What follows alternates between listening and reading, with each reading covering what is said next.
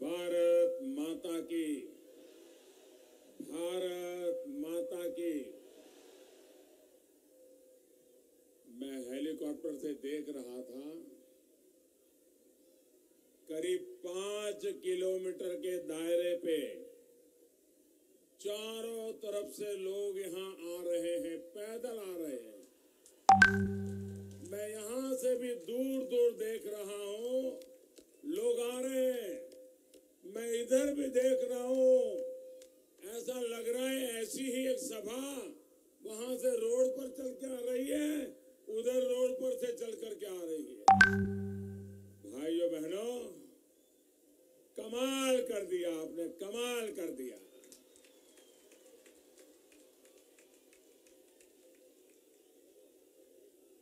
ये जो लोग पेड़ पर चढ़े हैं वो सुरक्षित है ना? अपने आप को संभालिए, क्योंकि आपको इस विजय को भी देखना है और विजयी बंगाल में आपको अपने सपने भी पूरे करने हैं।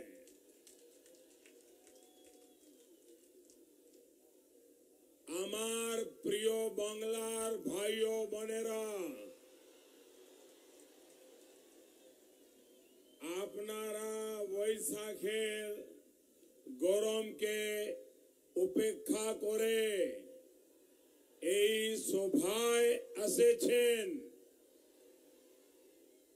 আপনারা এসেছেন উত্তর দিনাজপুর থেকে,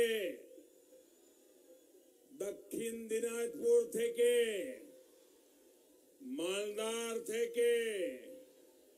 আপনার এসেছেন নতুন বাংলা গড়ার স্বপ্ন নিয়ে। আপনাদের সাদর অভিনন্দন এবং প্রণাম। मंच पर विराजमान भारतीय जनता पार्टी के सभी वरिष्ठ नेतागण और इतनी विशाल संख्या में हमें आशीर्वाद देने के लिए आए हुए मेरे प्यारे उत्साही भाई और बहनों, मां काली और भगवान शिव जी की धरती को मेरा शत शत नमन। पूरा देश कह रहा है कि पश्चिम बंगाल में इस बार कुछ बड़ा हो रहा है। क्या बड़ा हो रहा है? कैसी लहर उठी है? वो आपका ये स्नेह, ये विश्वास दिखा रहा है। भाइयों बहनों, आपके प्यार के लिए आपको सलाम। अब जगह बची नहीं, जहां है वहां खड़े रहिए। आगे माताएं बहनें हैं, आप आगे आने की कोशिश मत कीजिए भैया, तो वहीं रुकेंगे। आपकी इजाजत है तो बोलना शुरू करो। बोलो, भारत माता की। अद्भुत प्यार है आपका, अद्भुत प्यार। साथियों, इस बार वाकई पश्चिम बंगाल के लोगों ने ठान लिया है। स्पीड ब्रेकर दीदी को अब 23 मई के बाद समझ आ जाएगा कि जनता के साथ गुंडागर्दी करने का, उनके पैसे लूटने का, उनका विकास रोकने का नतीजा क्या होता है। मैं मीडिया में देख रहा था कि कैसे सामान्य लोगों ने, हमारी बहनों ने टीएमसी के गुंडों को सबक सिखाया। उनकी लाख लाख कोशिशों के बावजूद, धमकियों के बावजूद भारी संख्या में किसान, मजदूर, व्यापारी, कर्मचारी, हमारी माताएं बहनें और हमारे नौजवान साथी वोट देने के लिए निकल पड़े। भाइयों, बंगाल में पहले और दूसरे चरण में मतदान की जो रिपोर्ट आई है, उसने स्पीड ब्रेकर दीदी की नींद पर भी ब्रेक लगा दिया है।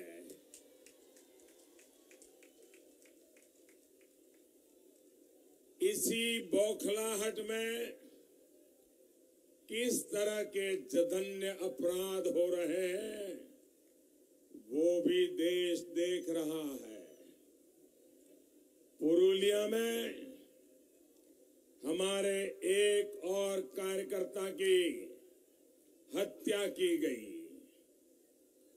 अपने इस साथी परिजनों के साथ मैं खुद और पार्टी का एक एक कार्यकर्ता खड़ा है। मैं पश्चिम बंगाल बीजेपी के हर कार्यकर्ता को, यहाँ के हर मतदाता को, यहाँ के बच्चे बच्चे को आश्वासन दिलाता हूं, इस अत्याचार का पूरा न्याय होगा। बीजेपी के हर कार्यकर्ता बंगाल के हर व्यक्ति के साथ जो हिंसा हुई है, उस हिंसा करने वालों के, उस साजिश करने वालों को अब कानून सजा करके रहेगा, न्याय होके रहेगा। ऐसे लोगों को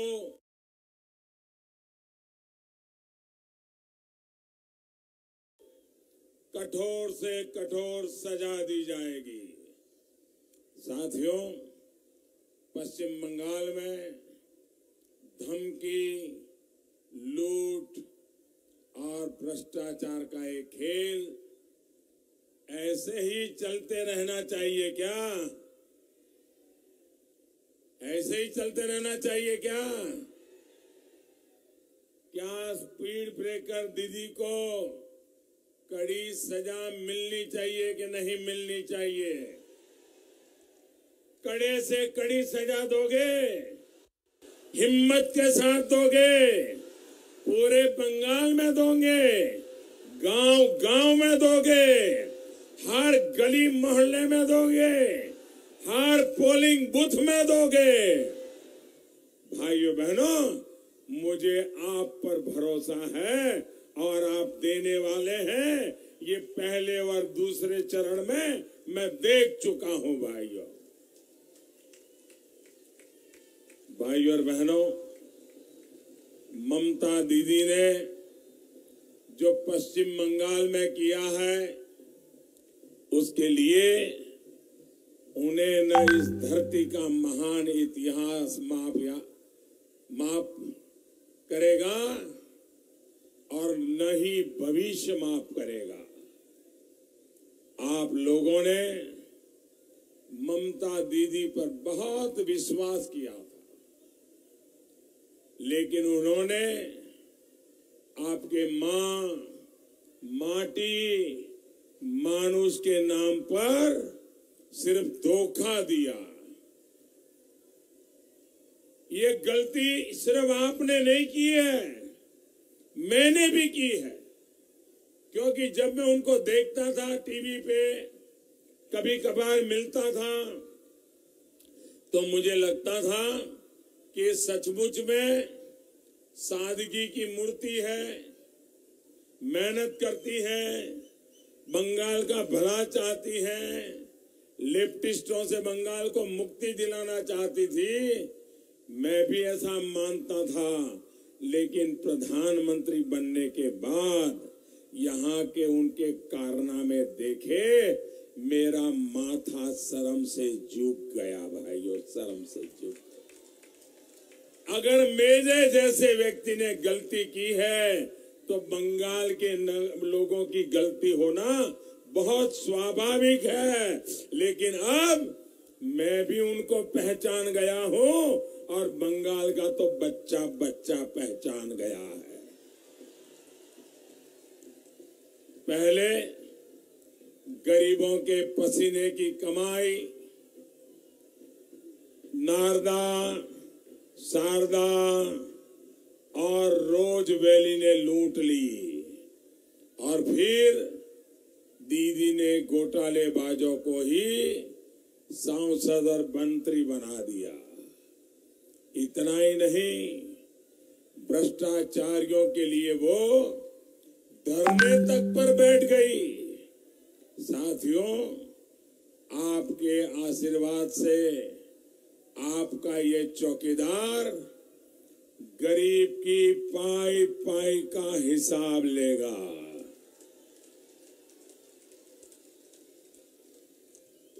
अब टीएमसी के जगाई मथाई जितनी ताकत लगा ले, इंसाफ होने से नहीं रोक पाएंगे। चीट फंड घोटाले के एक एक आरोपी को गरीब के आंसुओं का हिसाब देना ही पड़ेगा। साथियों, जिस तरह बुआ भतीजा मिलकर पश्चिम बंगाल की संस्कृति को, यहाँ की पहचान को, यहाँ के लोगों को बदनाम कर रहे हैं, वो शर्मनाक है। दीदी अपनी पार्टी में जगाई मथाई की भारी भर्ती कर रही है, लेकिन जिन युवाओं ने एग्जाम पास किया है उनको नौकरी नहीं देती। दीदी के पास गुंडों को देने के लिए पैसा है, लेकिन कर्मचारियों को डीए देने के लिए पैसे नहीं है। दिल्ली की केंद्र सरकार ने 7वां वेतन आयोग लागू कर दिया। अरे बगल में त्रिपुरा ने भी भाजपा की सरकार बनते ही 7वां वेतन आयोग लागू कर दिया, लेकिन ये दीदी, गरीबों की बातें करने वाली दीदी, यहाँ के सरकार के कर्मचारियों को 6ठा वेतन आयोग भी लागू नहीं करती है। बताइए भाई और बहनों, हद देखिए। कहती है कि पश्चिम बंगाल का ये मॉडल वो पूरे देश में लागू करना चाहती है। अरे जहां टोलाबाजी टैक्स के बगैर जीवन नहीं चलता, जहां गरीबों को गरीब रखने का षड्यंत्र होता है, जहां गरीब की कमाई को टीएमसी के नेता लूट लेते हैं, जहां पर पूजा तक करना मुश्किल होता है, यात्राएं निकालना मुश्किल होता है।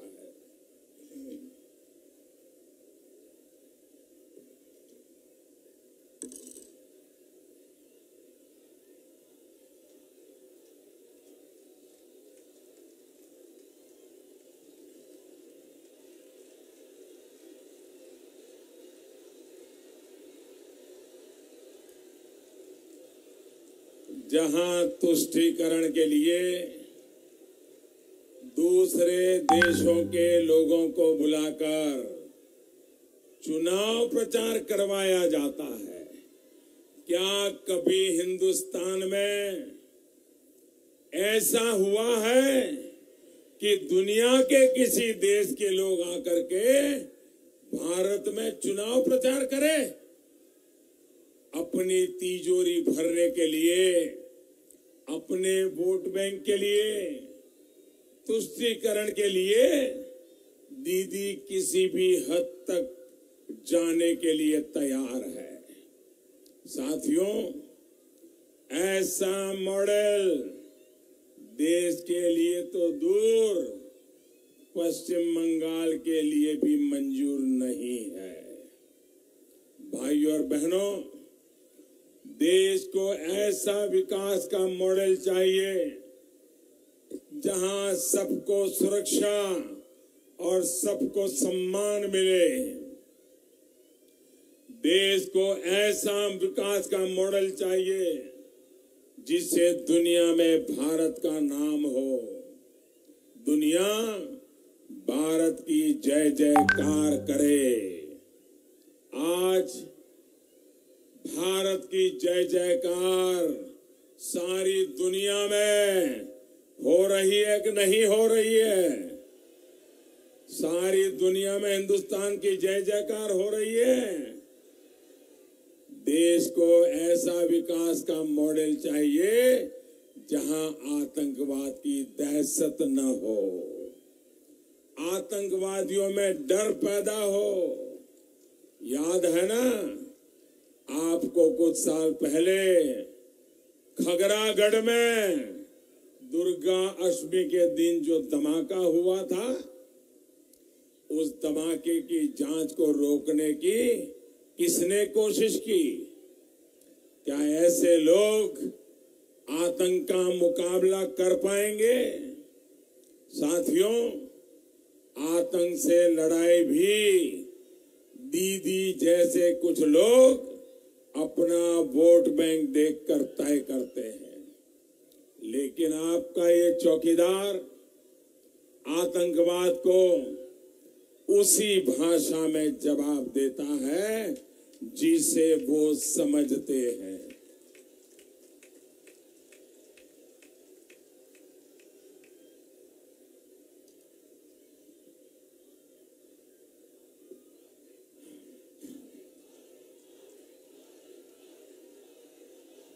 भाइयों बहनों, आप बताइए, आज आतंकी डर रहे हैं कि नहीं डर रहे हैं? भारत आतंकियों को घर में घुसकर मार रहा है। आप खुश हैं? आपको गर्व हो रहा है? मोदी सही कर रहा है? आतंकवादियों के साथ यही करना चाहिए कि नहीं करना चाहिए? मोदी की ताकत बढ़नी चाहिए कि नहीं बढ़नी चाहिए? आप बढ़ाएंगे कि नहीं बढ़ाएंगे? पूरा बंगाल बढ़ाएगा कि नहीं बढ़ाएगा? भाइयों और बहनों, जब हमारे सपूतों ने पाकिस्तान में घुसकर आतंकवादियों को साफ किया, तब दीदी उन लोगों में से थी जिन्होंने इसका सबूत मांगा। आपको सबूत चाहिए क्या? आपको सबूत चाहिए क्या? हमारे सपूतों ने सही काम किया, इसका आपको विश्वास है? आपको भरोसा है? सेना की बात पे भरोसा है? मोदी की बात पे भरोसा है? अरे दीदी, सबूत ही खोजने हैं तो जरा चिट फंड के घोटाले बाजों के सबूत खोजो। अरे सपूतों के शौर्य के सपूत खुद होता है। अरे दीदी, सबूत ही खोजने हैं तो घुसपैठियों के सबूत खेजो, देशभक्तों की वीरता के सबूत खोजना बंद करो। साथियों, वाकई दीदी के राज में यहां एक काम बहुत तेजी से होता है।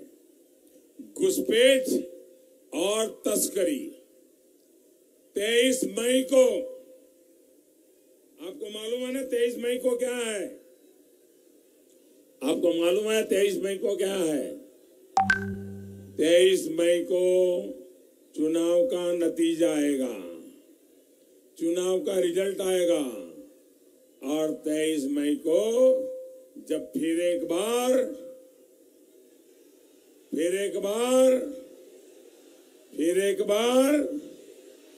23 मई को जब फिर एक बार मोदी सरकार आएगी, तब हम घुसपैठ को रोकने के लिए, घुसपैठियों को पहचानने के लिए और कड़े कदम उठाने वाले हैं। सीमा पर जो फेंसिंग लगाने के काम में रुकावट डाल रहे हैं, उन्हें भी इस चुनाव के नतीजे सच्चाई समझा देंगे। साथियों, एक और बहुत अहम विषय है नागरिकता कानून का, जिसे लेकर बहुत अफवाहें फैलाई जा रही है। उसमें भी कुछ लोगों द्वारा अपना वोट बैंक साधा जा रहा है। भाई और बहनों, जब देश का बंटवारा हुआ, जब भारत का विभाजन हुआ, तो मां भारती में आस्था रखने वाले हजारों लाखों लोग दूसरे देशों में वहीं रह गए। उन्होंने उस समय के नेताओं की बातों का भरोसा किया था। उन नेताओं ने उन्हें कहा था कि वहां वे लोग सुख चैन की जिंदगी जी पाएंगे। उन नेताओं की बात मां भारती के उन संतानों ने मान ली थी, लेकिन उनके भरोसे को तोड़ दिया गया। इसके बाद दशकों तक केंद्र सरकार में बैठे लोगों ने इन लोगों की परवाह नहीं की। अपने ही लोगों को उन्होंने पराया बना दिया। इतिहास की इस गलती को सुधारा जाना बहुत जरूरी था। ये लोग जो मां भारती की जय बोलते हैं, वो और किस देश में जाएंगे? आज जब वहां उनके साथ उनकी आस्था की वजह से अत्याचार बढ़ रहा है, तो वो कहां जाएंगे? उन्हें नर्क की जिंदगी से निकलना, उन्हें वहां से बचाना, ये हर हिंदुस्तानी का कर्तव्य है, हर सरकार का कर्तव्य है। और इसलिए हमारा संकल्प है कि नागरिकता से जुड़े कानून को संसद में पारित करा कर ही रहेंगे। भाई और बहनों, टीएमसी हो, कांग्रेस हो या लेफ्ट फ्रंट वाले हो, ये सिर्फ भेदभाव की राजनीति जानते हैं, जबकि चौकीदार की सरकार सबका साथ सबका विकास। वंचितों को लाभ हो रहा है, गरीबों को अपने पक्के घर दिए जा रहे हैं। इसके लाभार्थी हर जाति हर प्रांत के लोग हैं। इस चौकीदार का संकल्प है कि 2022 तक एक भी गरीब झोपड़ी में न रहे, फुटपाथ पर जिंदगी न गुजारे, बेघर न रहे, सबके पास अपना पक्का घर हो। इस संकल्प के साथ हम आगे बढ़ रहे हैं। साथियों, रेल हो, हाईवे हो, एयरपोर्ट हो, पहले की तुलना में 2 गुनी गति से काम हमने किया है। यही हमारी पहचान है। यहाँ बालूरघाट के एयरपोर्ट का काम भी पूरा हो चुका है। जल्द ही यहाँ से उड़ानें भी शुरू हो जाएगी।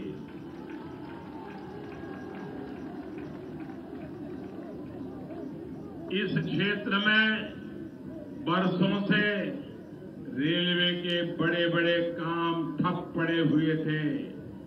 अब हमारी सरकार ने यहां नए सिरे से रेलवे के काम शुरू करवाए।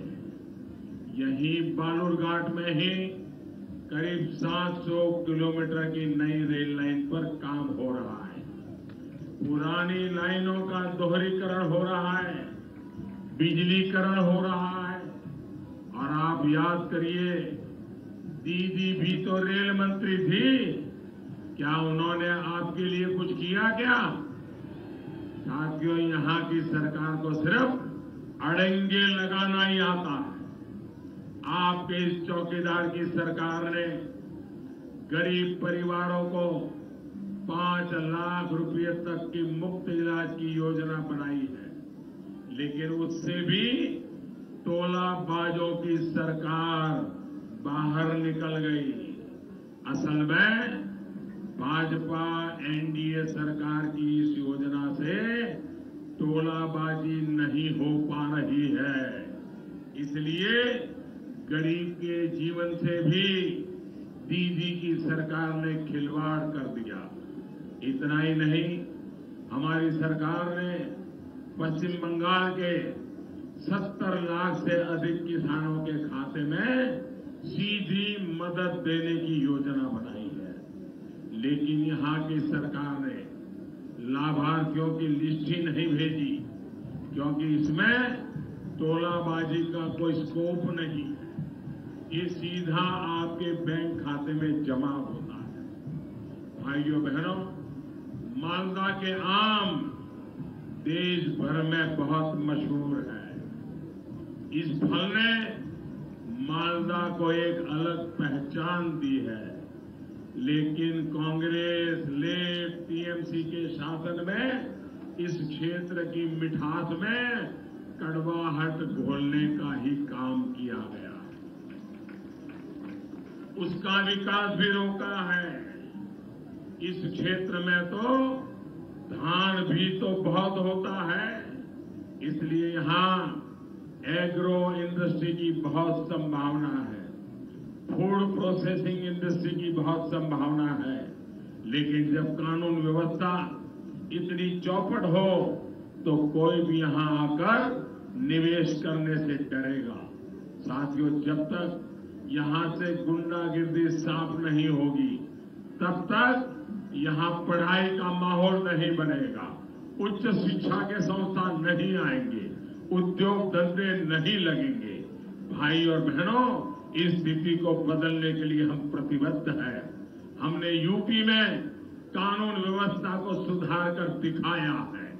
त्रिपुरा, असम में करके भी हमने दिखाया, वो तो आप सामने देख रहे हैं। और भविष्य में पश्चिम बंगाल में भी हम ऐसा करके दिखाएंगे।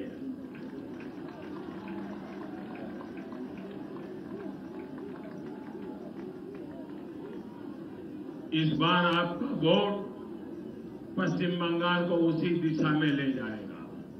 इस बार आपका वोट पूर्वी भारत के विकास में मदद करेगा। साथियों, सबको सुरक्षा और सबको सम्मान, ये हमारा प्रण है। बहन बेटियों को अपमान ना सहना पड़े, इसके लिए हमने 2 बड़े कानून बनाए हैं। बलात्कार जैसे अपराध में हमने फांसी का प्रावधान किया है। इसी तरह मानव तस्करी से जुड़ा एक बहुत ही सख्त कानून हमने बनाया है। 3 तलाक से जुड़े कानून को संसद से पारित कर मुस्लिम बेटियों को सुरक्षा देने के लिए भी ये चौकीदार प्रतिबद्ध है। और याद रखिए, केंद्र सरकार में जिस पार्टी का शासन होगा, उसी पार्टी का सांसद होगा, तो आपके इस क्षेत्र का विकास भी और तेज होगा। भाई और बहनों, ये संकल्प तभी सिद्धि में बदलेगा जब भारी संख्या में आप कमल के फूल के सामने बटन दबाएंगे। आपका एक एक वोट, भाइयों बहनों, कमल पर जब आप वोट बटन दबाएंगे, आपका एक एक वोट मोदी के खाते में ही जाएगा। इस चौकीदार के खाते में ही जाएगा। भाइयों बहनों, मुझे बताइए, देश मजबूत होना चाहिए कि नहीं होना चाहिए? उसके लिए सरकार मजबूत होनी चाहिए कि नहीं होनी चाहिए? मजबूत सरकार के लिए चौकीदार भी मजबूत चाहिए कि नहीं चाहिए? इस चौकीदार को मजबूत करेंगे, मेरे साथ एक नारा देंगे, मैं कहूंगा मैं भी, आप बोलिए चौकीदार, मैं भी, मैं भी, मैं भी।